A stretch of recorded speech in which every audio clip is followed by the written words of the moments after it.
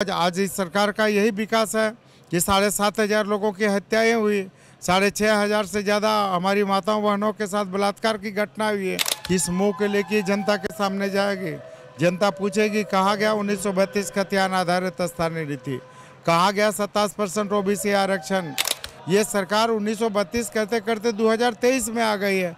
अब आप देख ले कि 2023 में 60-40 का नीति ले आई है। एमएम वाले और इंडिया गठबंधन वाले लोग बोल रहे हैं कि फिलहाल जो है कोई गुंजाइश नहीं है, हम ही जो है सत्ता में वापसी कर रहे हैं और जनता उनके साथ है।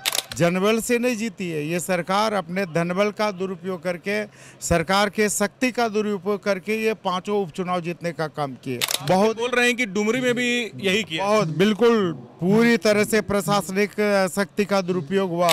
हेमंत सरकार के ये जो 4 साल के कार्यकाल लगभग होने वाले हैं, तो 10 में से कितना नंबर देना चाहिए? 0, और वो भी बड़ा सा 0। आजसू पार्टी के 3 दिवसीय महाधिवेशन चल रहा है और लगातार जो है तस्वीरें आप तक हम पहुंचा रहे हैं। ऐसे में कई गणमान्य अतिथि हैं जो यहां पहुंच रहे हैं। कई पार्टी के शीर्ष के जो नेता हैं वो भी इस अधिवेशन में भाग लिए हैं और सामाजिक जो मुद्दे हैं, जो झारखंड के मुद्दे हैं, उस पर चर्चा हो रही है और 24 के चुनाव को लेकर के जो है रूपरेखा तय की जा रही है। हमारे साथ विधायक लंबोदर महतो हैं। कल भी अधिवेशन से जो है कल से जुड़े हुए हैं और आज दूसरा दिन है। पहले तो आज ये जो दूसरा दिन है, कल से अभी तक में क्या कुछ मुद्दे पर आप लोगों ने चर्चा की?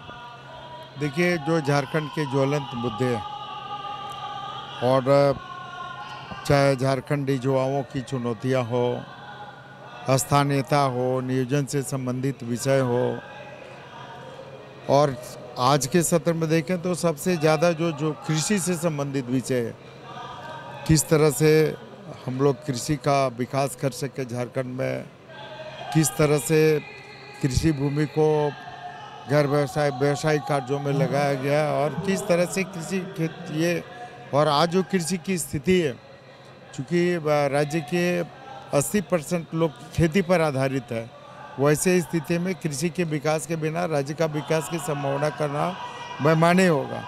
तो निश्चित रूप से आज कृषि पर है और सबसे ज़्यादा जो आज राज्य में शिक्षा की स्थिति है और स्वास्थ्य की स्थिति है, उस विषय पर भी आज चर्चे होंगे और जाने माने विद्वान शामिल हुए हैं, सारे का विचार आएगा और निश्चित रूप से ये अधिवेशन झारखंड राज्य के बेहतरी के लिए बहुत उपयोगी साबित होगा। लंबोदर जी बताइए, अधिवेशन में आज का जो कार्यक्रम है, कल भी आप लोगों ने जो है झारखंड के अलग अलग तबके से, छोटे बड़े, मतलब सुदूरवर्ती इलाकों से जो लोग आ रहे हैं, जो किसान है या खेती से जुड़े हुए हैं, कई जो झारखंड के जो ज़मीनी मुद्दे उससे जुड़े हुए हैं, उनसे आप लोग सलाह ले रहे हैं, सब बारी बारी से सलाह रख रहे हैं। तो इसका आने वाले समय में क्या मैसेज जाएगा, क्या असर पड़ने वाला है और अब तक क्या कुछ जो है इसका ये? यदि इस अधिवेशन में जितने भी सत्र आहूत हुए हैं और सारे सत्र में जो विशेषज्ञ हैं उनके तरफ से जो भी बातें हैं, जो महत्वपूर्ण सुझाव आए, जो सलाह हुए, तो इन सारे महत्वपूर्ण सुझावों को हम लोग अंतिम दिन जब हम लोगों का एक डॉक्यूमेंट्री बनेगा, तो निश्चित रूप से झारखंड राज्य की बेहतरी के लिए जो भी महत्वपूर्ण सुझाव आए हैं, कई लोगों का है जाति जनगणना हो, कृषि के विकास के लिए या शिक्षा में बेहतरी के लिए, स्वास्थ्य में बेहतरी के लिए, जो भी महत्वपूर्ण सुझाव आए, सारे सुझावों का हम लोग समावेश करेंगे और ये पार्टी का एक राजनीतिक एजेंडा बनेगा और इसी राजनीतिक एजेंडा को लेकर पार्टी आगे सड़क से सदन तक संघर्ष करेगी।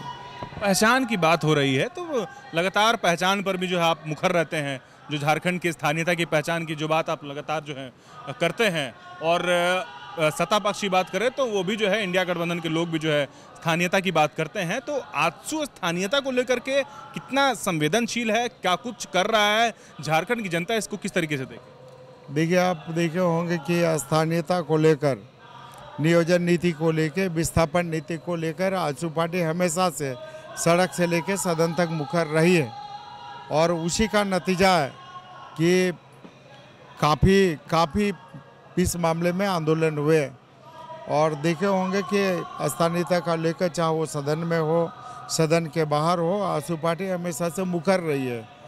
जहाँ तक इस वर्तमान सरकार की है तो इसकी नीयत और नीति में ही खोट है जिसके कारण इन्होंने कैबिनेट में निर्णय लिया 1932 खतियान आधारित स्थानीयता नीति को लेके, ओबीसी आरक्षण को लेके, परिणामी वरीयता प्रोन्नति से संबंधित उसको लेके, मॉब लिंचिंग को लेके, जितने तरह के विधेयक इनके आए हैं ये सरकार की नीति और नीयत में ही खोट रहा है, जिसके कारण विधानसभा से पारित होने के बावजूद आप बात करें 1932 खतियान आधारित स्थानीय नीति का, 10 महीने विधानसभा से पारित हुए, उसे ज़्यादा समय बीत गए, आज तक ये कानून का रूप नहीं ले पाया। पक्षी आरोप लगा रहा है कि हमारा काम था पारित करके जो है विधानसभा से, कैबिनेट से, अब जो है आप लोग पर आरोप ये लग रहा है कि आप लोग उसमें अड़चने डाल रहे हैं। सरकार और सरकार में शामिल लोगों को ये पता होनी चाहिए कि ये इसके सरकार के नियत और नीति में खोट है।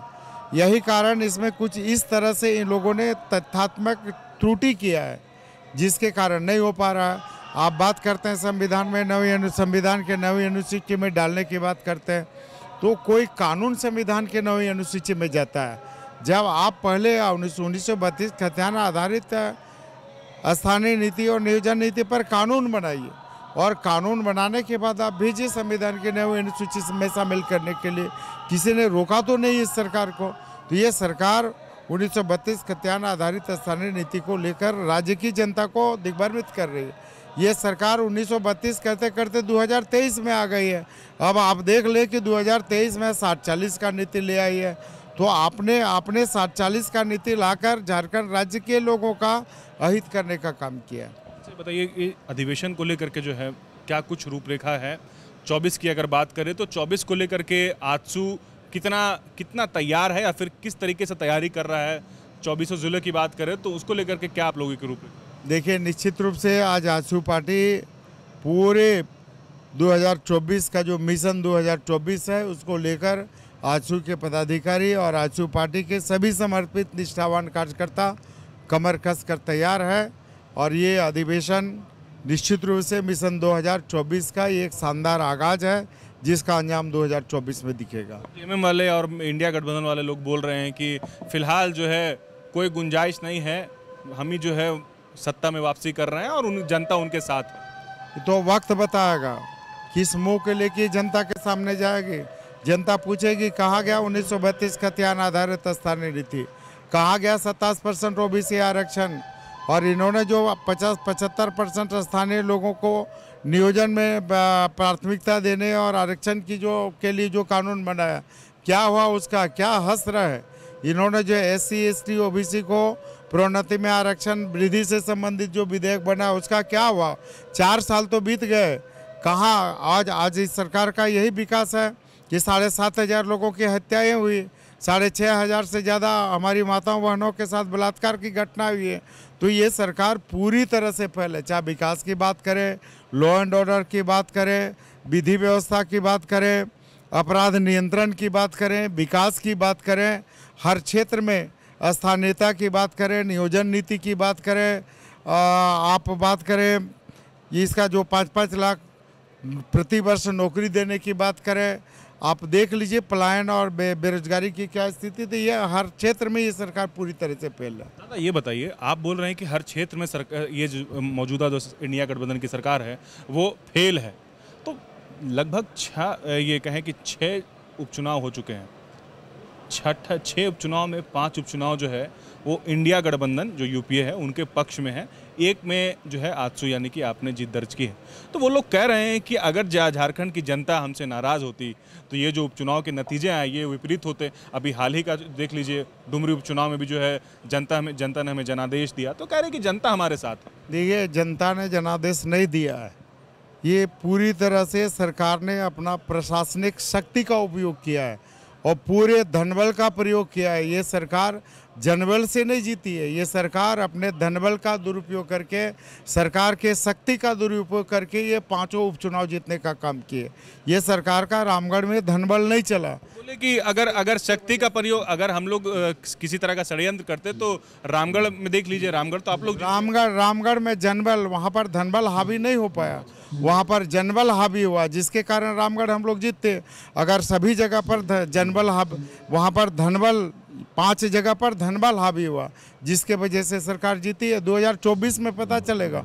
बहुत बोल रहे हैं कि डुमरी में भी यही किया। बहुत बिल्कुल पूरी तरह से प्रशासनिक शक्ति का दुरुपयोग हुआ और जिस विभाग का मंत्री थी उस विभाग का पूरे प्रयोग करते हुए उसका पूरा उपयोग किया गया। तो जनबल के आगे धनबल के सामने जनबल हार गया। यही कारण। ये बताइए क्या लग रहा है कि 24 में डुमरी में वापसी करेंगे आप लोग? डुमरी में नहीं, पूरे झारखंड में वापसी होगा। वक्त का इंतजार करना है, 1 साल तो बचा ही हुआ। 1 साल में डुमरी ही नहीं, पूरे झारखंड में आजसू पार्टी कई दर्जनों स्थान पर और कई जगह पर दमदार वापसी करेगी। हेमंत सरकार के ये जो 4 साल के कार्यकाल लगभग होने वाले हैं, तो 10 में से कितना नंबर देना चाहिए? 0, और वो भी बड़ा सा 0। आप बोल रहे कोई काम ही नहीं? आप देख लीजिए ना कि 7,500 हत्याएं की घटना है, यही हेमंत जी की उपलब्धि है। 6,500 से ज़्यादा महिलाओं के साथ बलात्कार की घटना है, यही हेमंत जी की उपलब्धि है। 2.5 साल तो इन्होंने SOR के नाम पर घुमाते रहा और 2.5 साल के बाद भी वही हुआ, ढाक के 3 पात वाली स्थिति हुई। तो आप देख लीजिए, ये तो जनता के सामने है, क्या इस सरकार ने किया है नहीं किया। तो जनता से पूछ ली कि जनता कितना नंबर देती है, बता देगी। चलिए, तो ये लंबोदर महतो जी जिनको आप सुन रहे थे, कह रहे हैं कि 2024 की जो रूपरेखा है, जो तस्वीर है, वो इस अधिवेशन से शुरू हो चुकी है और आपको जो है वो रिजल्ट आपको 24 में जरूर दिखेगा, तख्ता जरूर पलटेगा। शुक्रिया।